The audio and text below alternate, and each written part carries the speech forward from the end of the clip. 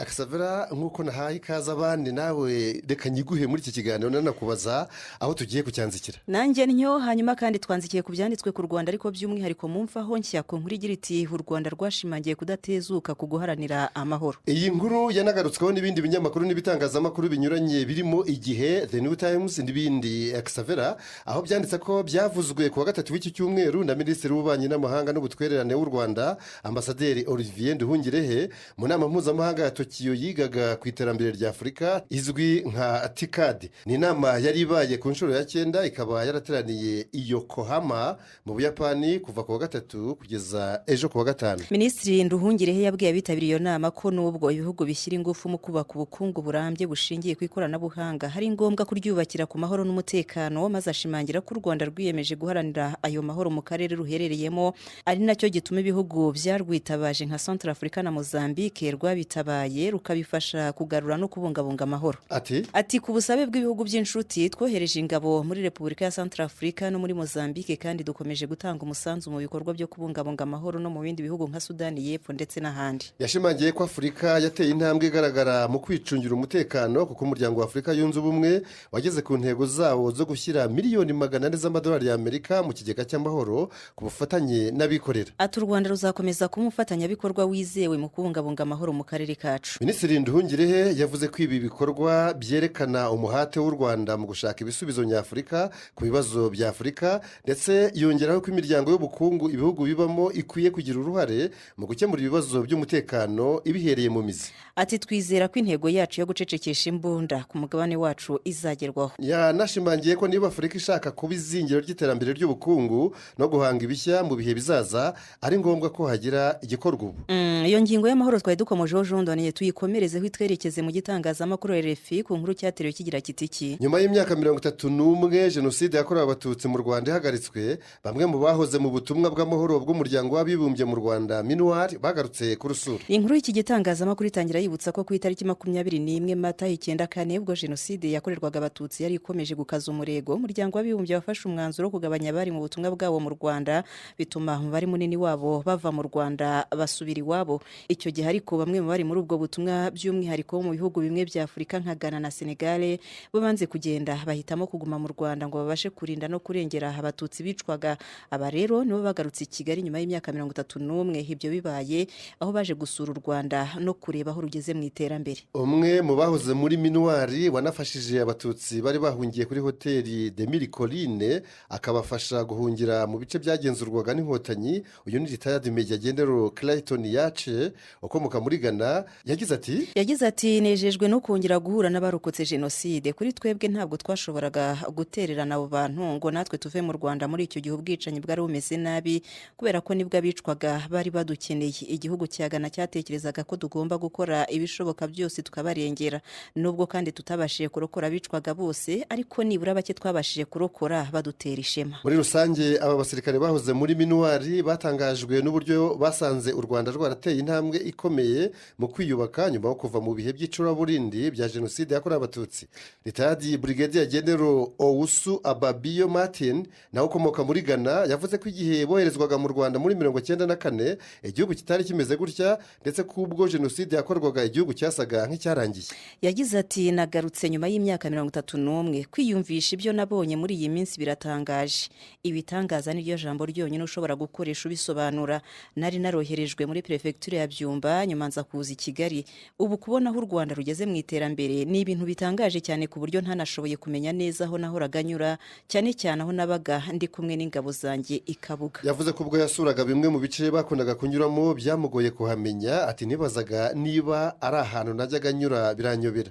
Navuga ko hari byinshi cyane byakozwe mu rwego rw'iterambere. Retired Brigadier General Owusu Ababiyo Martin yavuze yuko yakoreye mu bihugu byinshi ariko muri byo ntacyo yabonye cyakoze nk'ibyo u Rwanda rumaze kugeraho. Ati iyo ubigereranyije n'ibindi bihugu nakozemo ubutumwa bwo kubungabunga amahoro nko muri Liberia, muri Sierra Leone no muri Libani, usanga u Rwanda rwarageze kure cyane.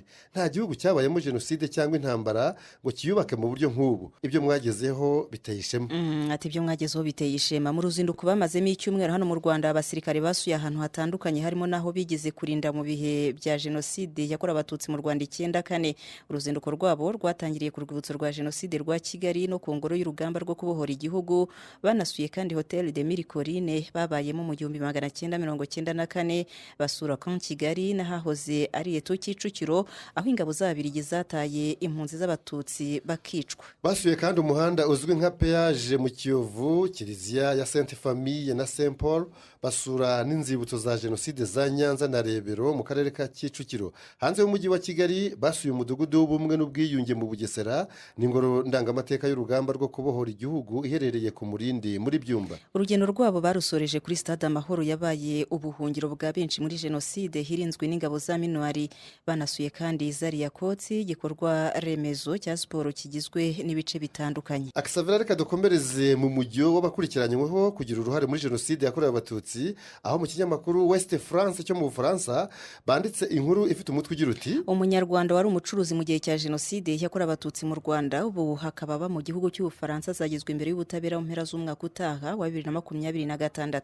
Iyi nkuru ikomeza ivuga ko uwo mugabo yitwa Majaliwa Safari akaba ashinjwa kugira uruhare muri jenoside yakorewe abatutsi, aho ngo nawe ubwe yishe abatutsi barimo n'abana batoya. Ubutabera bwo mu Bufaransa bwavuze ko urubanza rwe ruzaba kuva tariki 17 z'ukwezi kwa 11 kugeza tariki 18 z'ukwezi kwa 12 muri 2026. Azaburana ku byaha bibiri, hari by'icyaha cya jenoside n'ibyaha byibasiye inyokomuntu. Ibyo byaha ashinjwa ngo byakorewe mu ntara y'Amajyepfo, by'umwihariko mu zari perefegitura za Gitarama na Butare. Bivuga ko Majaliwa Safari w'imyaka 60 y'amavuko ubu icyo gihe muri jenoside yakorewe abatutsi yabaga ari kuri bariyeri aho yatangaga amabwiriza yo kwica abatutsi, nawe kandi agafasha interahamwe kubica. Majaliwa Safari hakana ibyaha byose ashinjwa, ndetse umwunganizi we mu mategeko Maître Philippe Meirake umwaka ushize yabwiye itangazamakuru ko ubuhamya bw'abamushinja atari ubwo kwizerwa kubera ko ngo abenshi mu bamushinja ari abahamijwe n'ubundi byaha bya jenoside. Uretse uyu Majaliwa, ubutabera bw'i Paris bwanatangaje ko muri uyu mwaka utaha buzanaburanisha undi munyarwanda witwa Eugene Rwamucyo nawe ubaho mu Bufaransa. Uyu we urubanza rwe ruteganijwe kuva tariki 9 Kamena kugeza tariki 10 Nyakanga 2026. Xavier yariko we n'urubanza rw'ubujurire kubera ko mu Rwanda rwabaye umwaka ushize 2024 ubutabera bwaho mu Bufaransa bwamukatiye imyaka 27 y'igifungo. Yahamijwe ibyaha birimo ubufatanyacyaha cya jenoside, kubibaha urwango rwo kwanga abatutsi, ubufatanyacyaha mu byaha byibasiye inyokomuntu no gufatanya mu gutegura ibyo byaha. Rwamucyo w'imyaka ubu 66 y'amavuko yari umuganga mu bitaro bya kaminuza bya Butare CHUB mu gihe cya jenoside yakorewe abatutsi. Ibi byaha yahamijwe ni naho byakorewe mu yari perefegitura ya Butare, ubu ni mu majyepfo y'u Rwanda. Icyakora byose arabihakana agatsemba. Arabihakana agatsemba. Turacyavuga kuri iyo ngingo y'ubutabera kandi mu kinyamakuru Le Figaro banditse ko ubushinjacyaha mu Bufaransa bushinzwe kurwanya iterabwoba bwatangaje ko bugiye kujurira umwanzuro w'ishyingurwa rya dosiye ya Agatha Habyarimana n'umugore wahoze ari perezida w'u Rwanda Juvenal Habyarimana. Ku wa gatatu w'iki cyumweru nibwo abacamanza babiri bo mu Bufaransa bategetse ko iperereza ryakorwaga kuri Agathe Habyarimana rihagarikwa. Abo bacamanza bavuze ko iryo perereza atari ngombwa, mu gihe ubushinjacyaha bwo busaba ko Agathe Habyarimana yahatwa ibibazo ku cyaha cyo gucura umugambi wo gukora jenoside yakorewe abatutsi mu 1994. Abacamanza bavuze ko nta bimenyetso bihagije bihari byerekana ko Agatha Kanziga yaba yaragize uruhare mu bikorwa bya jenoside cyangwa mu mugambi wo kuyikora. Banzuye ko nta mpamvu ihari yo gukomeza iyo dosiye, ko ahubwo ishyinguwe.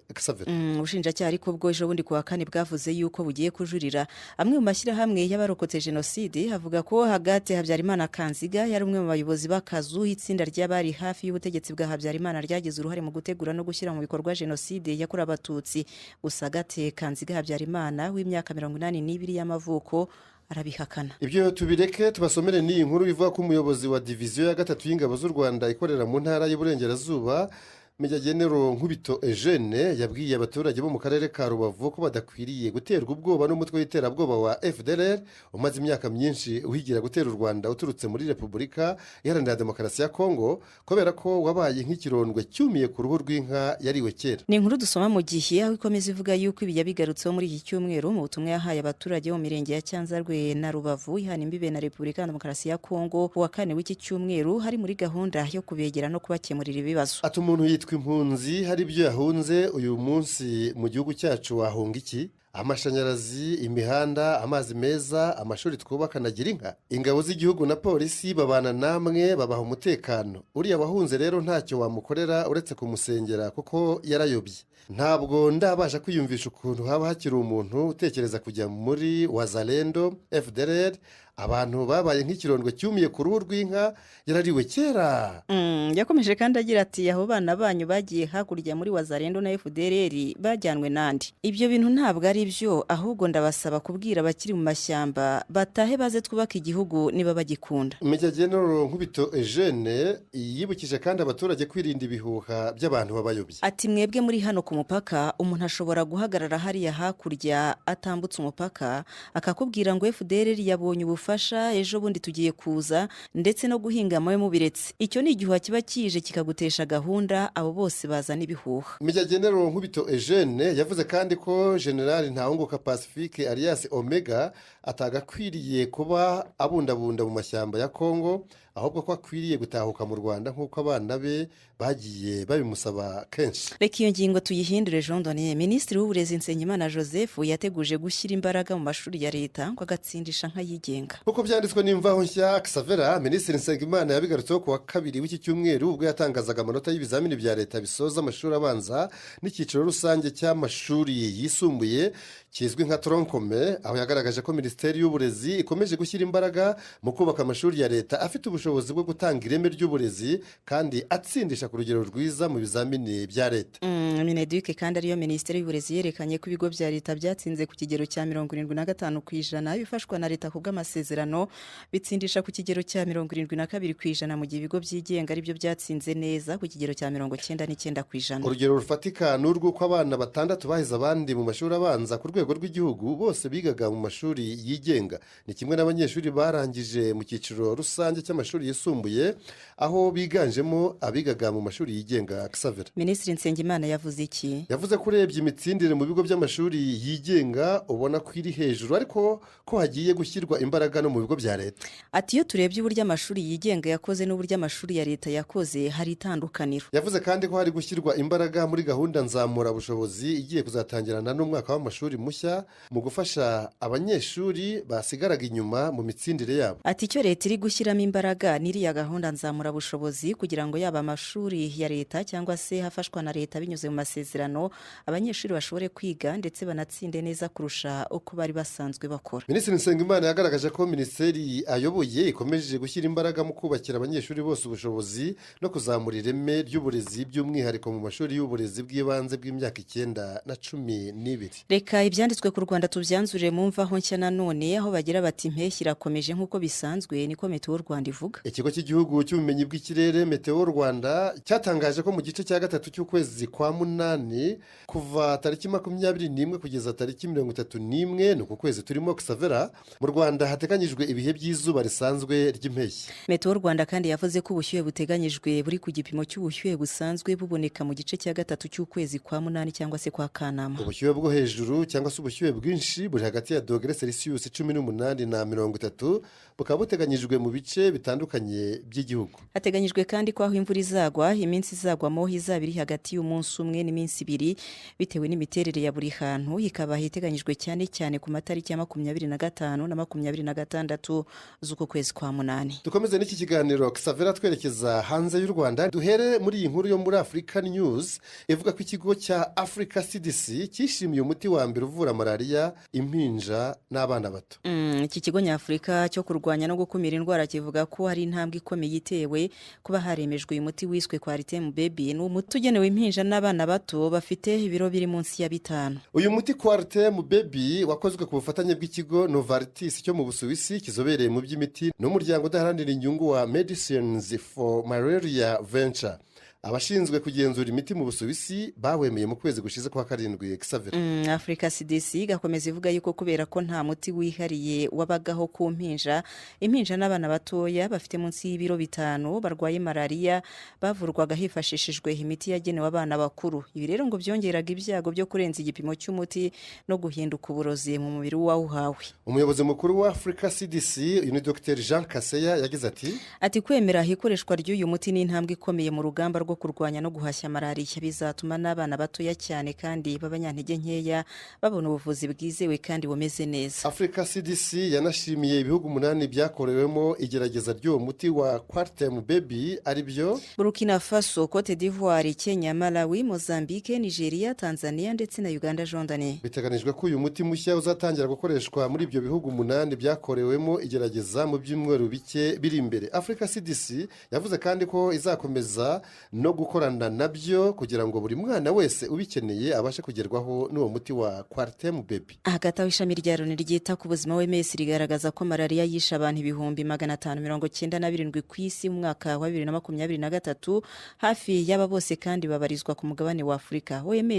OMS yongeye ko abana bari munsi y'imyaka 5 bagize hafi 76% by'imfu zose za malaria muri Afurika. Akisavira dukomereze muri Tanzania aho kuwa mbere w'iki cyumweru urukiko rw'i Dar es Salaam rwabujije ibitangazamakuru gutambutsa ako kanya mu buryo bw'imbonankubone urubanza rw'umunyapolitiki Tundu Lissu uregwa icyaha cy'ubugambanyi. Iyi nkuru muri Daily News, The East African, The Citizen, African News na Mwananchi ivuga yuko umucamanza mukuru Franco Kiswaga yavuze ko icyo cyemezo gifashwe hagamijwe kurindira umutekano abatangabuhamya b'abasivili. Franco Kiswaga ati gutambutsa no kwerekana urubanza mu buryo bw'imbonankubone kuri televiziyo cyangwa se ku yindi miyoboro yose yo gusakaza amakuru imbonankubone harimo n'imbuga nkoranyambaga cyangwa se amashusho hatambutswa kuri internet n'ibindi byose birabujijwe. Tundu Lissu yamaganye icyemezo cyo kumuburanisha mu muhezo avuga ko ubwo ari uburyo bwo gufasha urukiko kudakorera mu mucyo no kubuza abayoboke be gukurikirana urwo rubanza. Ati ubutabera bugomba gutangwa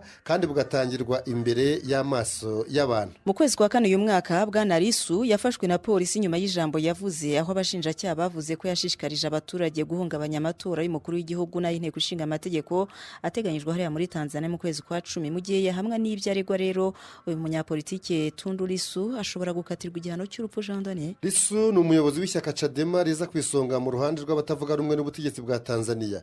Yabujijwe kwitabira amatora rusange yo mu kwezi kwa 10 uyu mwaka nyuma yaho risabye amavugurura ya komisiyo y'amatora kubera ko ngo uko ubu ngubu komisiyo y'amatora iteye iha amahirwe gusa ishyaka Chama cha Mapinduzi ariyo CCM mu mpine riri ku butegetsi. Nubwo muri 2017 yarashwe inshuro 16 zose mu mugambi wo gushaka kumwica, uyu mugabo w'imyaka 57 y'amavuko wanabaye umudepite yaje guhatana mu matora yo mukuru icyo gihugu cya Tanzania muri 2020 ntiyatsinda. Yaje ku mwanya wa kabiri icyo gihe inyuma ya nyakwigendera John Pombe Magufuli. Twongere duhindura ingingo. Perezida mushya wa CEDEAO ari wo muryango w'ubukungu bw'ibihugu bya Afurika y'Uburengerazuba, uyu ni Julius Maada Bio, akaba ari nawe mukuru w'igihugu cya Sierra Leone, yongeye gushimangira ko afite icyizere cy'uko ihuriro rya leta za Sahel rizagaruka muri uwo muryango ayoboye kuva mu kwezi kwa 6 uyu mwaka. Iryo huriro rigizwe n'ibihugu bya Mali, Burkina Faso na Niger.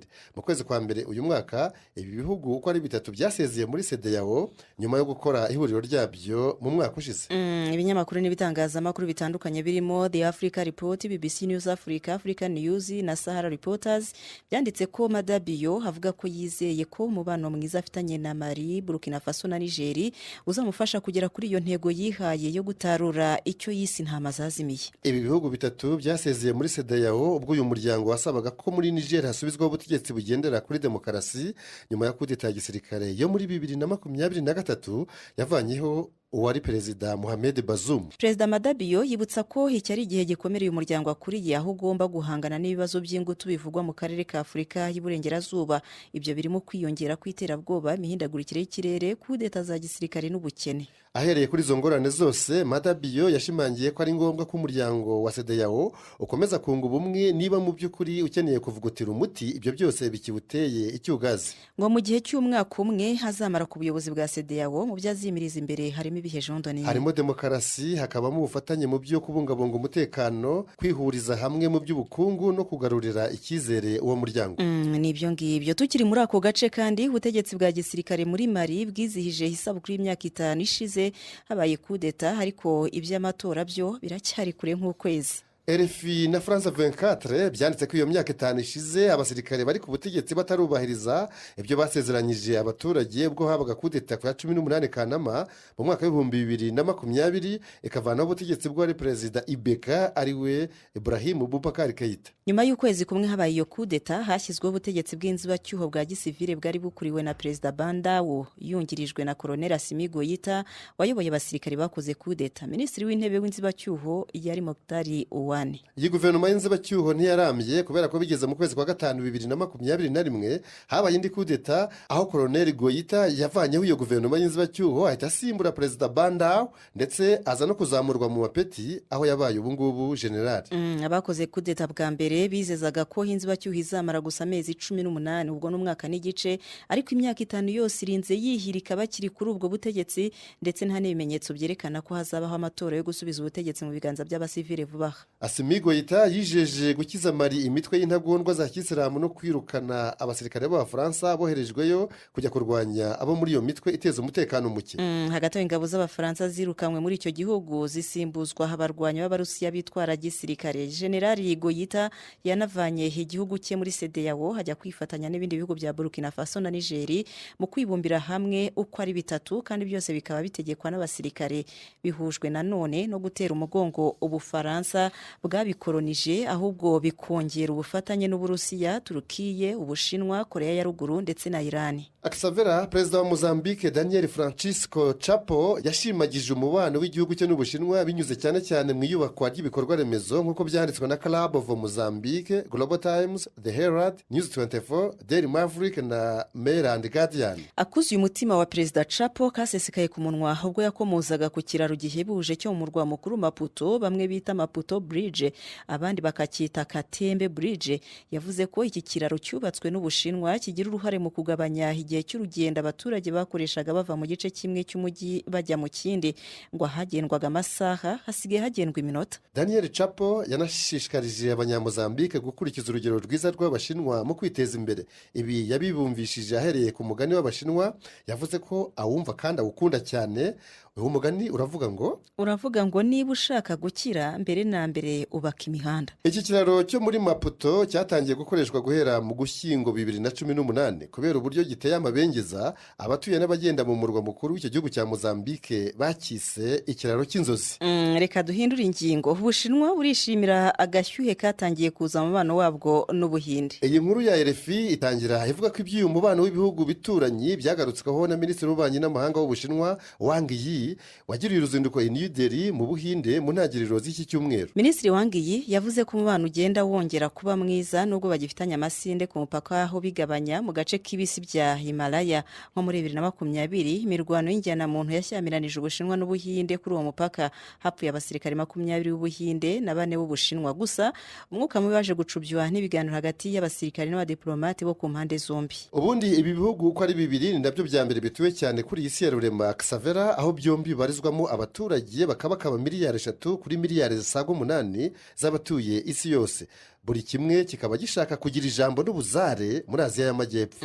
Uretse uru ruzinduko rwa Minisitiri Wang Yi rwo kunagura umubano w'igihugu cye n'Ubuhinde, uruzinduko rwa mbere mu myaka 6 yari ishize nta kugenderanirana na Minisitiri w'Intebe w'Ubuhinde Narendra Modi hategerejwe mu Bushinwa mu mpera z'uku kwezi kwa 8 ubwo hazaba habaye inama y'umuryango w'ubufatanye bwa Shanghai. Ubwo dukomoje ku Buhinde Akisavera reka tunabasomere n'iyi nkuru yo muri Times of India, France 24, Gulf News na Telegram ivuga ko Ubuhinde buzakomeza kugura peteroli yo mu Burusiya nubwo Leta Zunze Ubumwe za Amerika zibukangisha guhanika nanone imisoro mu gihe bwaba butabihagaritse. Ubuhinde n'Uburusiya bitsimbaraye ku bushake bwabyo bwo gukomeza ubucuruzi bwabyo by'umwihariko ibikomoka kuri peteroli bititaye ku gitsure cya Perezida Donald Trump wa Leta Zunze Ubumwe za Amerika. Ubuhinde buvuga iki Jean Donné? Buvuga ko bukeneye cyane ibyo bikomoka kuri peteroli byo mu Burusiya. Uburusiya nabwo bukavuga ko bukeneye kubigurisha kugira ngo bubone mikoro ahagije mu ntambara yabwo muri Ukraine. buvuga kandi ko nabwo buzakomeza kubigemura mu Buhinde nubwo bwafatiwe ibihano n'Abanyamerika, ibihano bigamije kububuza kugira icyo bugurisha mu mahanga kubera iyo ntambara yo muri Ukraine bwahashoje guhera mu kwezi kwa kabiri 2022. Ambasade y'Uburusiya mu Buhinde ikavuga yuko itumbereye ubwiyongere bw'10% by'ubuhahirane bw'impande zombi. Ibi kandi ngo bizanonosorwa neza ubwo Perezida Vladimir Putin w'Uburusiya azaba yasuye Ubuhinde akabonana na Minisitiri w'Intebe w'icyo gihugu Narendra Modi bitarenze mu mpera z'uyu mwaka. Nta tariki iravugwa. Amahoro yo muri Ukraine akomeje gushakirwa hasi kubura hejuru. London binyuze mu nama z'urudaca hagati y'abayobozi batandukanye nk'uko byanditswe na RFI, Huffington Post, New York Times, The Guardian, Le Monde, Global Times hamwe n'ibindi bitandukanye. Nyuma y'inama yahuje kuwa gatanu ushize Perezida Trump na Putin muri Alaska ariko ikarangira nta masezerano y'amahoro ku ntambara muri Ukraine abonetse, nyuma kuwa mbere w'iki cyumweru Perezida wa Ukraine agaherekezwa na benshi mu bayobozi bo mu bihugu by'Uburayi kujya kwibonanira na Trump i Washington. Ubu igikomeje kuvugwa cyane ni umubonano wahuza Putin na Zelensky naho wabera. Trump yabwiye abashyitsi be ko ari gutegura uwo mubonano wa Zelensky na Putin hari nyuma yo guhamagara kuri telefone Putin ubwo abo bashyitsi bari bakiri kumwe nawe muri Presidency White House cyangwa se Maison Blanche. Perezida w'u France Emmanuel Macron wari mu baherekeje Zelensky yavuze ko uwo mubonano waba mu minsi ya vuba. Macron yifuje ko wabera i Geneve mu Busuwisi, naho Putin avuga ko wabera mu gihugu cye i Moscow mu murwa mukuru, ariko Zelensky yabitewe twatsi rugikubita. Ati hoya.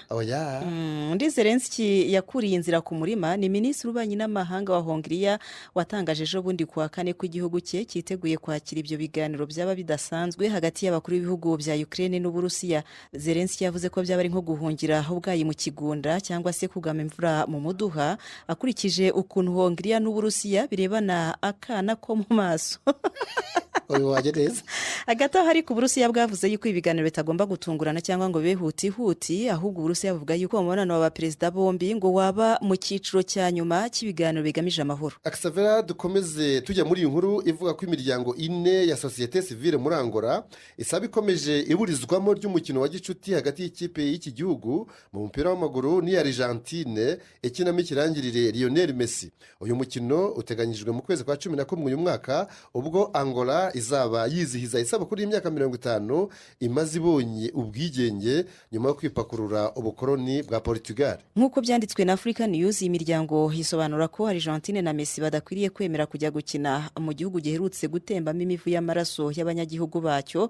Aha haravugwa urupfu rw'abantu 30 bishwe barashwe n'abashinzwe umutekano ubwo mu mpera z'ukwezi gushize habaga imyigaragambyo yo kwamagana itumbagira rikabije ry'ibiciro by'ibikomoka kuri peteroli jondoniye. Ni imyigaragambyo yaranzwe n'urugomo rudasanzwe harimo n'ubusahuzi bw'amaduka. Uretse abapfuye abo ngabo 30 hanakomeretse abarenga 200 naho abandi 1500 batabwa muri yombi. Yego, tariki 30 z'ukwezi kwa kane uyu mwaka kandi nibwo ishyirahamwe ry'umupira w'amaguru muri Angola ryatangaje ko ryumvikanye n'irya Argentine kuri uwo mukino wa gicuti uteganyijwe kuzabera i Luanda umurwa mukuru wa Angola. Iyo miryango ya societe civile yo muri Angola ikavuga ko kuburizamo uwo mukino byaba ari ikimenyetso cyiza cy'uko amahanga yifatanije n'abaturage b'Abanyangola mu gahinda barimo, ndetse bikaba no kubahiriza uburenganzira bwa muntu. Xavera, iyi miryango ngo cyategereje igisubizo ku busabe bwayo.